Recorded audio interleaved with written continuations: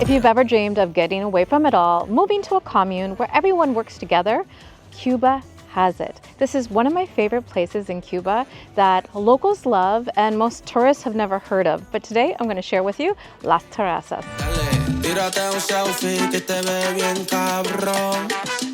All right, so I don't have a lot of time for this video, but this is one of my favorite spots. Osmany told me it's one of his favorite spots. So we convinced our driver, Santana, to stop off here for coffee. And that's because we are on a longer road trip to go to Viñales, but Las Terrazas is just outside of Havana. It's so popular with Cubans. I think 50% of the tourism here is Cuban, and I think only tourists come because they're on some longer tour.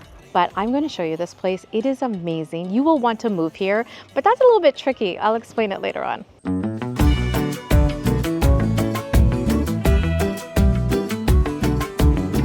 There are two cafes here. That's just how important coffee is to this area.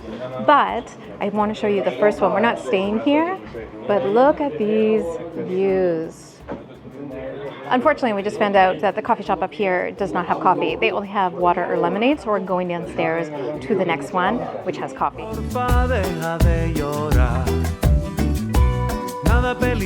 When you come here, come to the top, to the hotel. There is a hotel here.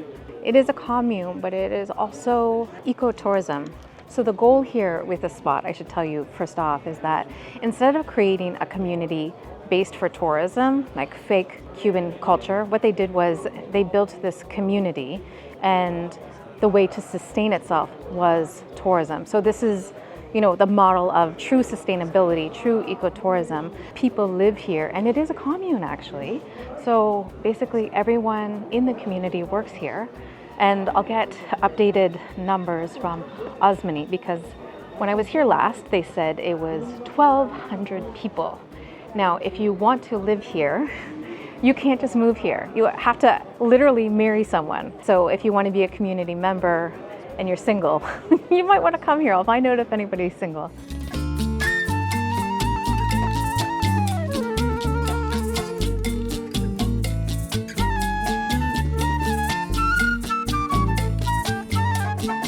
A little background about this place before we have coffee, and that is this place started in 1974, according to Osmany, and it really was part of this green revolution. Now, the area previously was actually inhabited by the French, who escaped from Haiti looking for somewhere a little bit more stable, and they actually had coffee here, but that wasn't successful, so they moved on. And then this area was primarily a sugarcane plantation. Now, at the same time they were planting these trees, there were farmers from all over, so they invited them to come to this community.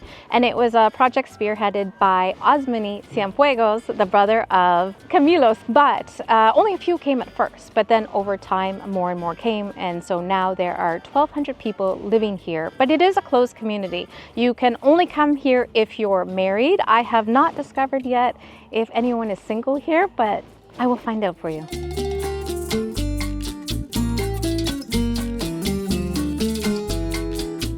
Now, I know you're probably wondering, what about taxes and all of that? So basically, this is somewhat of an autonomous zone. 90% stays within the community. They are responsible for the upkeep, the infrastructure, and all of that. And 10% goes to the state, which I think is a really great thing because they're responsible for how their community looks. And as you can see, it is really beautiful.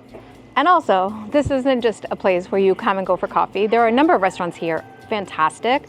The last time I was here, I went to El Campesino and it was fantastic, just countryside food. They also have a vegetarian restaurant here that's solar powered. We don't have time for that, but they also have a number of artisan shops and things here that we will go and check out after we have coffee.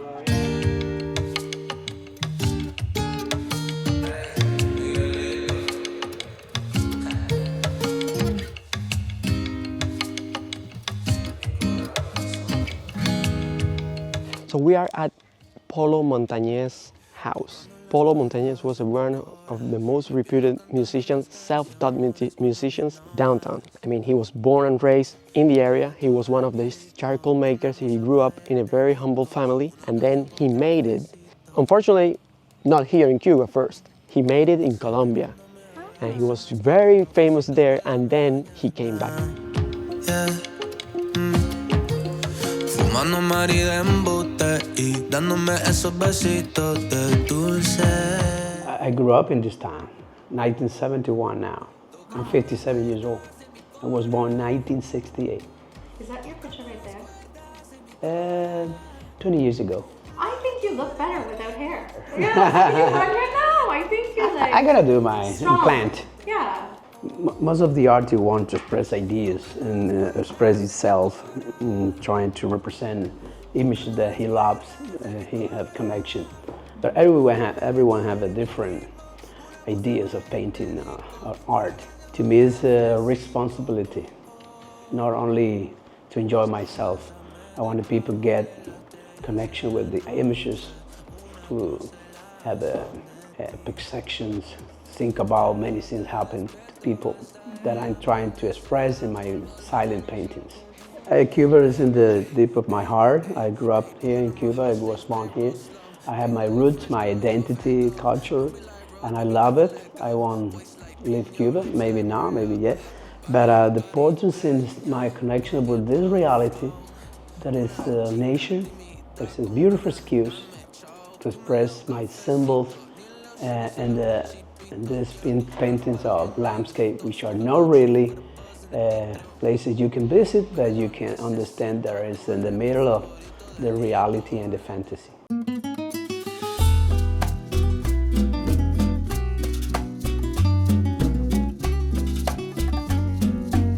Ooh, the sun is out. That was a fantastic visit. He is so talented and very interesting, and I wasn't able to show you a lot of his artwork because he just made an agreement with a gallery in New York. They want to buy a bunch of his paintings, but it's exclusive, so I could not show you. But he did give me some of his postcards, and he's very popular. So while we were there, he had one big group and then another group, but he made time to talk to us. And so just really, really nice man, so talented. His imagery is fascinating and definitely worth coming into. His paintings, the prints, are also very affordable. You can get the postcards for $1. You can get the prints for 20 to 40. I think some might be 60. And then of course, if you're a real art collector, you can go in there and he has some incredible things that of course are more because they are originals. Anyway, this is the end of Las Terrazas. We really zoomed through here, but right here, I'm gonna put a QR code.